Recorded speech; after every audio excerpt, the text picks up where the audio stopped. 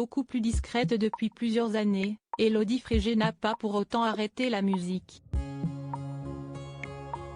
Mais après 4 albums, la jolie rousse se consacre aujourd'hui un peu plus à sa carrière de comédienne et a notamment fait quelques apparitions dans des séries et téléfilms. En parallèle, elle officie régulièrement en tant que jurée dans divers jeux télévisés tels que Un flirt et une danse, Nouvelle Star, The Artist et bien d'autres. Ce vendredi 14 avril 2023, elle sera d'ailleurs, pour la toute première fois, membre du jury de la nouvelle saison de l'émission Masked Singer. Elle rejoint ainsi Kev Adams, présent depuis la première saison, mais aussi Jeff Panaclock et Michèle Bernier, elle aussi nouvelle enquêtrice. Un nouveau rôle de jurée qu'elle a accepté avec grand plaisir mais pour lequel elle n'a cependant pas été motivée par l'argent. Le 7 avril 2023, nos confrères de Public dévoilaient les salaires des 4 jurés. Mais interrogée par Purchart, Élodie Frégé a tenu à démentir la rumeur. En effet, selon le magazine, la gagnante de la saison 3 de la Star Academy aurait signé pour 120 000 € et un rôle dans l'une des nouvelles séries de TF1. Une aberration selon elle.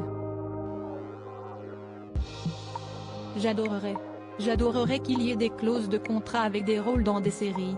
Je vais peut-être demander une égalisation de mon salaire étant donné ce qui est annoncé.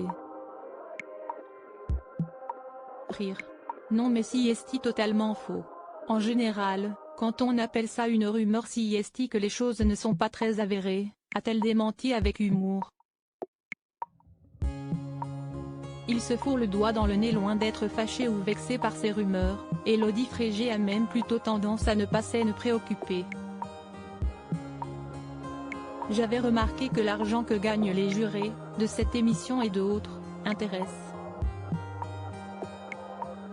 On essaie de créer des fossés entre les gens. Est-ce qu'un tel est payé plus ou moins que l'autre? Nous on s'en fiche, on le sait très bien.